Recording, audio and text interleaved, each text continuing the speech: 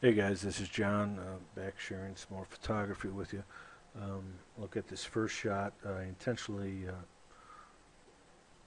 put the lens flare over the clouds, so as you can see I'm in control of how the flares occur, where I can place them.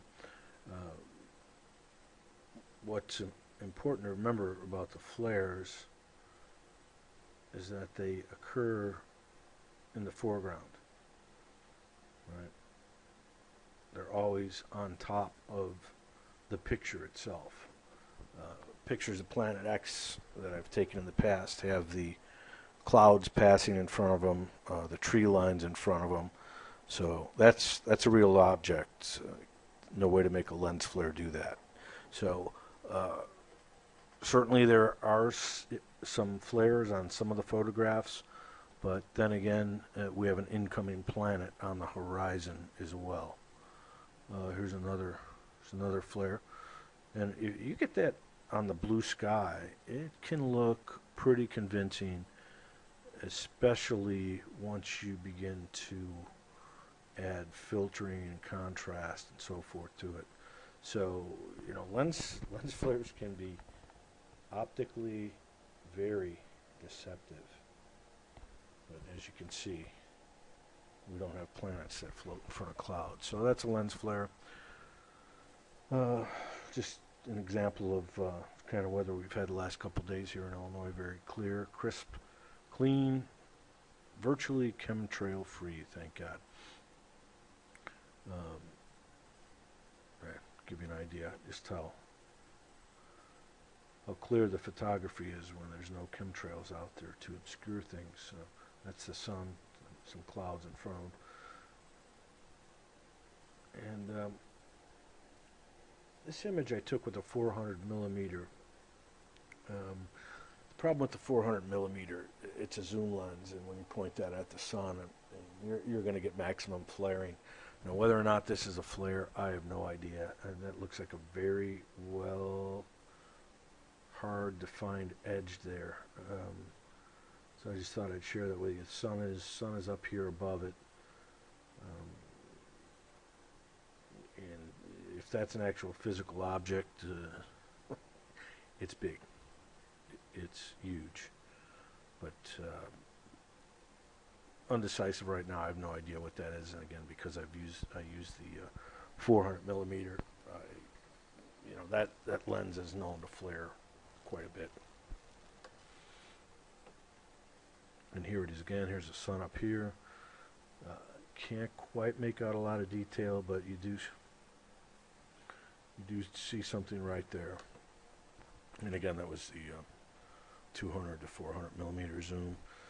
This is back at the 50 to 200 millimeter. I'm going to call this right here a flare. It's a little more rare to have happen, but it also, when you apply filtering, looks pretty convincing. It can be deceptive. So we have to keep our eyes out for lens flares, because once they get processed, they make it look like something's out there in the sky on the horizon. And that's not to say that there isn't. There's plenty of evidence for that.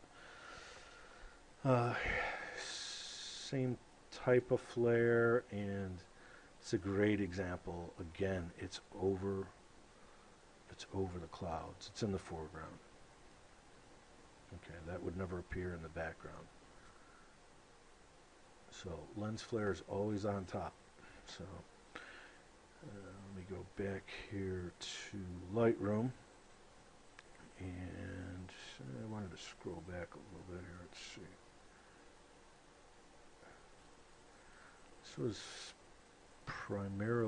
This was all yesterday's. What I wanted to show you is that what drew my eye to the horizon yesterday, there was a, let's see, is this the example I wanted to show? No, I think there's more back here. When I first pulled up, and this is a new location, this is a different location from my previous movies. It's a much better location. It's up on a hill, looks straight west, so you get some great sunsets there. But what I noticed when I pulled up is, you know, you see the clouds. Everything was crystal clear. You see normal cloud, except for this mist. This mist stayed there for an hour, maybe two. It just didn't move. I couldn't identify any source. There were no chemtrails that I saw. And you can see the mist factor is there's a typical cloud here, but you could see the misting here, and it just stayed there. It was very, very consistent. Didn't, you know, as the other clouds blew off, the mist stayed there. So that was rather strange. So that got me looking in that direction with the camera and doing quite a bit of photography just in that isolated area. Sun's up here.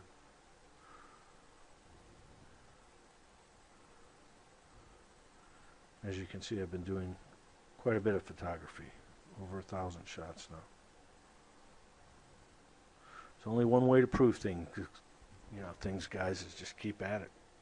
You know, I'm glad I discovered the lens flares. I don't want to be out there calling lens flares, you know, something they're not. So as you can see, there's a cloudy mist. Here's the sun, obviously.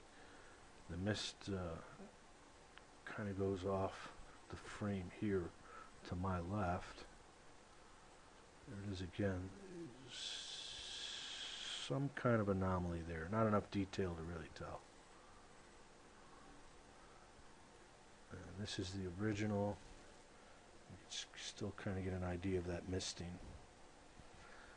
And here's a good. Oh, by the way, this is a different camera body than what I've been using. I bought a second camera body.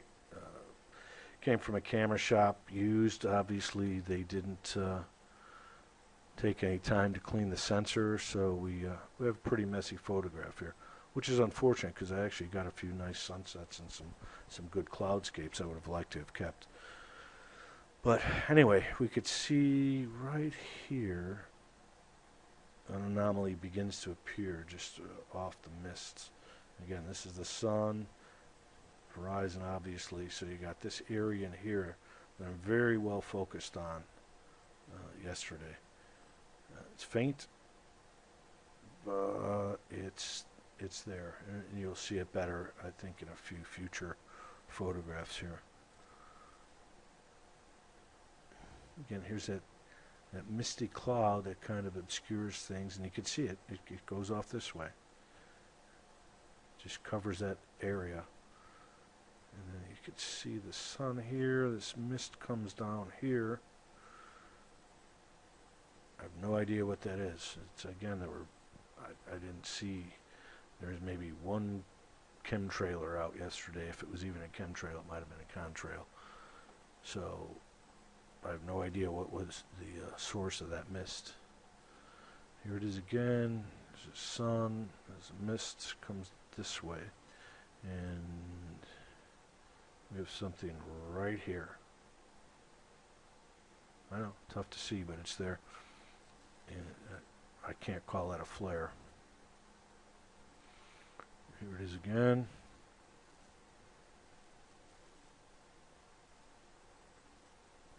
I think we may have, yeah, we have some better examples here.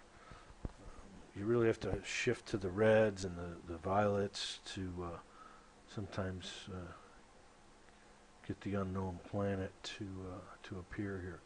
You can see the mist is still prevalent. And there we go, right on the horizon, guys.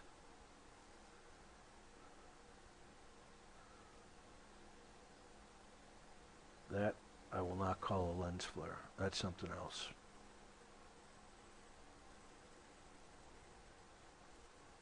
Next shot. There's that mist. And here we go, right here. Extremely low on the horizon. If I was at the old location, that would have probably been completely behind the trees. Next shot. Here it is again. I'll zoom out. Then you could see this other effect, which looks similar to what I captured here. Where did it go? This guy. This guy again. This was 400 millimeters. If that's a solid object, guys, it's a big beast. That's all I'll say. Let's just hope it's a lens flare. But you could see it kind of appeared here. And we got this here. Again, kind of have an overlay here.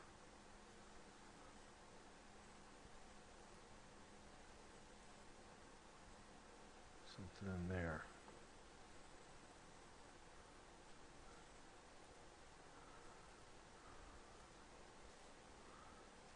There. This doesn't last very long. I mean, you get an opportunity for a few shots and it's gone.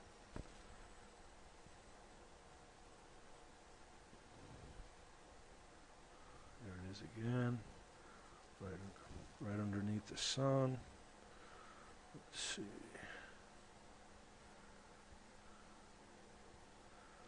Very faint right there. And let me tell you, you're not going to see that with the naked eye. I'm burning up my eyes, probably in my camera, shooting into the sun.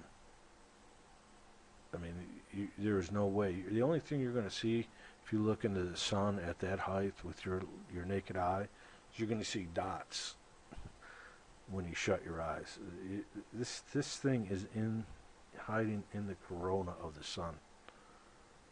Only cameras and filters are going to bring that guy out. Although that mist did attract me to shooting in this direction.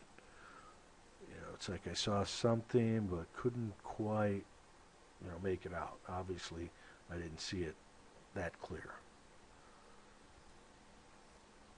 There we go again. Not a lens flare.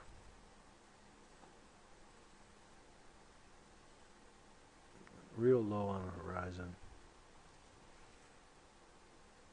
Kind of get an idea of its movement. Seems to be trekking north.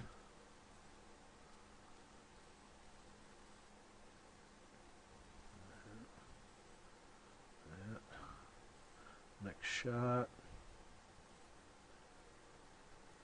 Next shot, and she's pretty much gone, I believe.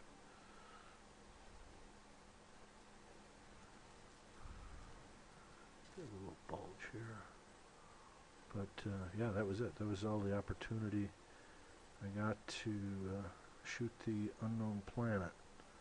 And let's see if I can give you guys an idea of the time here.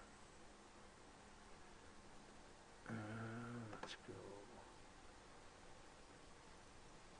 go back a few. This guy.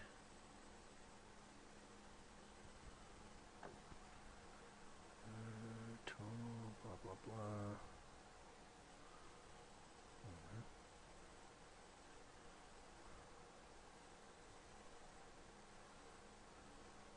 Here we go.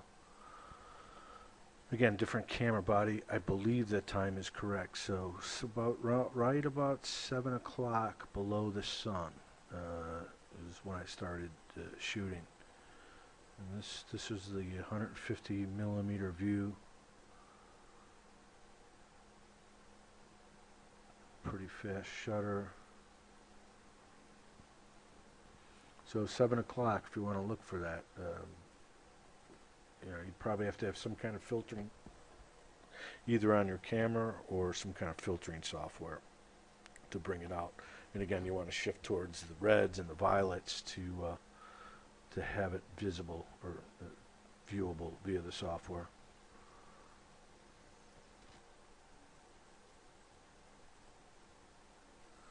That's it, guy. No lens flare. That's there's something out on the horizon. I've photographed this now for a week straight, so little doubt in my mind. So until next time, take it easy. Bye.